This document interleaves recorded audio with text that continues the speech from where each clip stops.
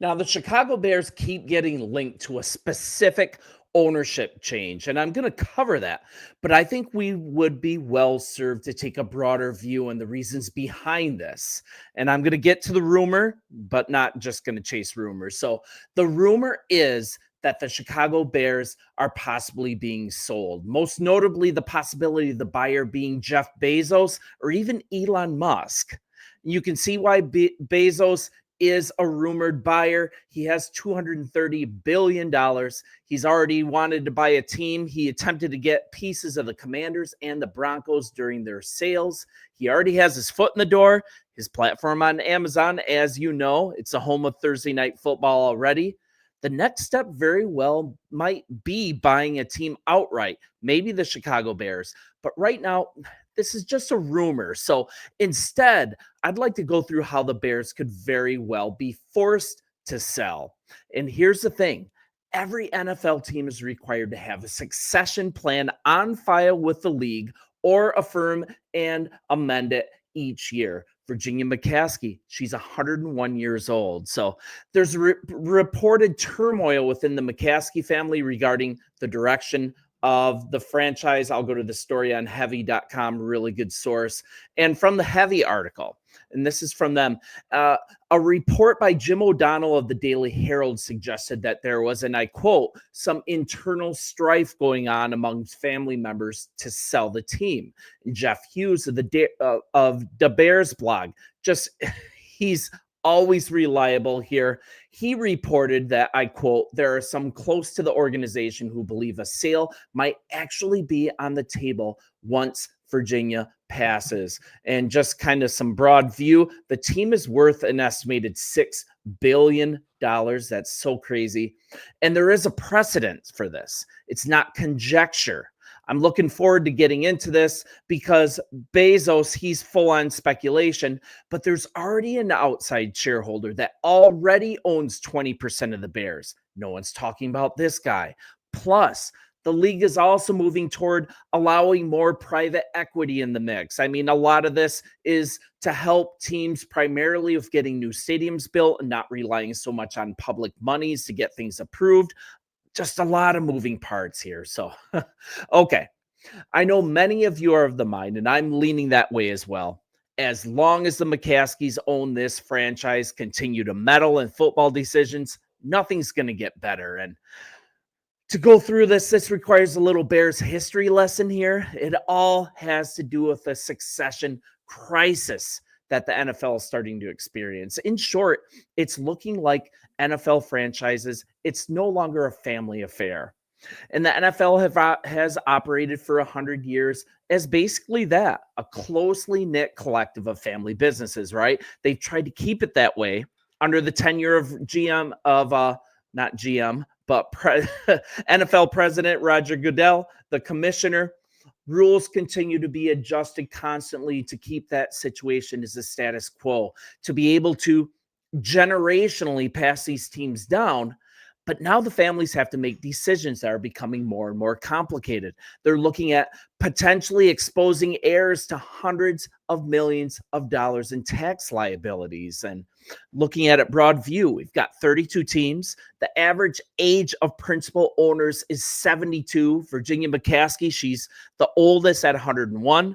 7 owners are over 80 and older.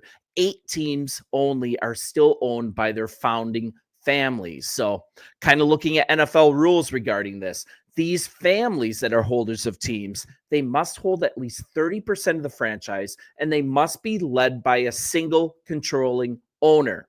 For many of the league's oldest families, their wealth is mostly tied up in their teams. So a large tax bill that could leave them with really little choice besides selling. And I don't want to do an hour-long video on this, so let's kind of cut through it. Virginia McCaskey, she owns 20% of the team.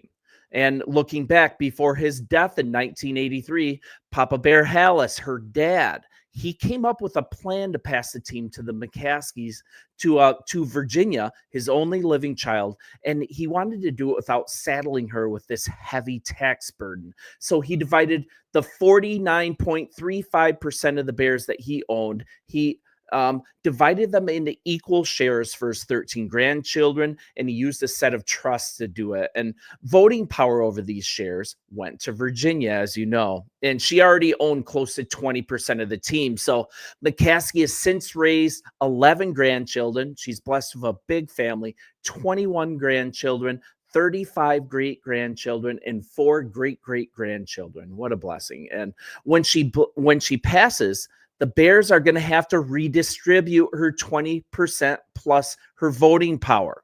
Her surviving children, they're going to inherit stakes worth in the hundreds of millions. So once again, every NFL team is required to have a succession plan on file with the league and affirm or amend it each year. It requires family harmony to do this. And the Bears' plan appears to be placing the team under the capable hands, I'm sorry, it makes me laugh, of George McCaskey officially. He's currently the chairman.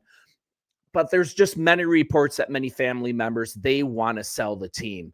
Options being considered are selling of minority stake to cover taxes, cover expenses, selling it outright. But a little known fact is that some of this has already happened. If we look at 1990, Aon founder and insurance industry billionaire, his name's Patrick Ryan. He's 86 now. He bought, with a deceased partner, he bought roughly 20% of the Bears after 2 of the 13 Hallis grandchildren, and they are the only 2 that are not children of Virginia McCaskey, they decided to sell. So he already owns this much of a stake in the team. Possibly Ryan and not Jeff Bezos. Maybe he might be the most likely buyer if any of the McCaskey children sell. And with a net worth of $8.3 billion, that's according to Bloomberg Billionaires Index, he's a likely candidate to acquire the team if it ends up leaving the family. And then we're looking at, too, all of you have experienced this on some level. I know I have. Families can't always agree on things. We need look no further than the Denver Broncos, right?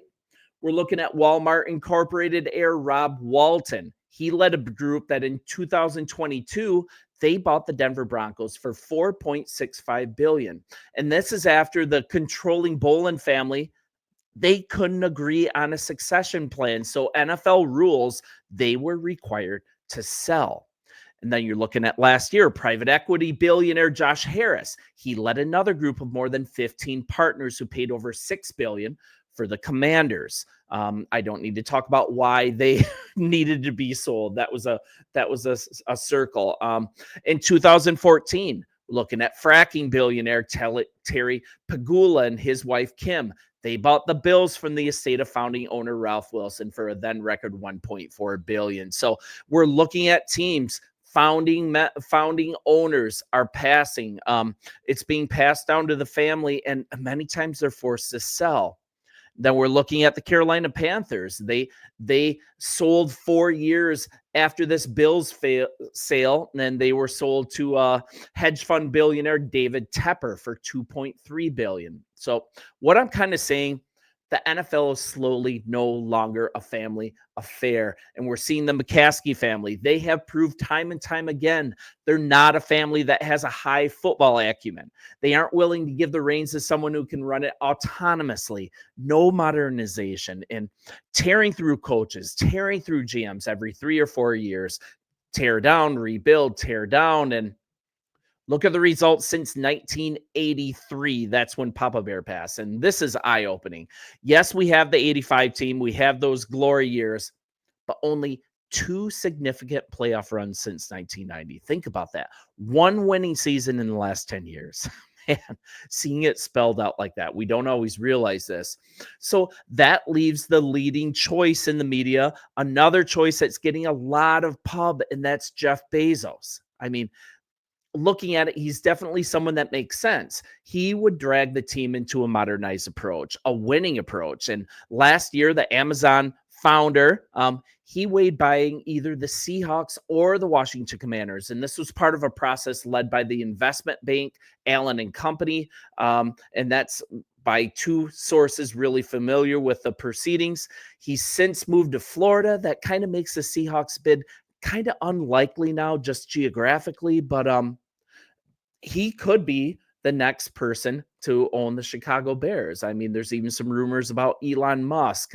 None of those things have substantiated teeth to them, but it is definitely a real thing that the McCaskey family, if they can't agree on a succession plan year to year, if there's a bunch of family strife, if there's a tax bill that leaves such a burden that they're unable to pay it, if they have a requirement, even to get this new stadium built, they might have to turn to private equity and get away from this city approval. There are so many moving parts, and so many of them point towards this team no longer being owned by the McCaskey family. And you guys let me know what you think. Once again, I don't want to just do a story on Jeff Bezos buying the team. That's complete conjecture, complete rumor. There's no substantiation there, but it definitely is a real thing. The things that need to fall into place, the huge possibility that just like the Denver Broncos, the McCaskies might, in fact, by NFL rules, be forced to sell the team. So you guys let me know what you think. This Lions game is coming up. We're going to watch it, right? We're not completely defeated. Bear down, you guys, and we will talk soon. See ya.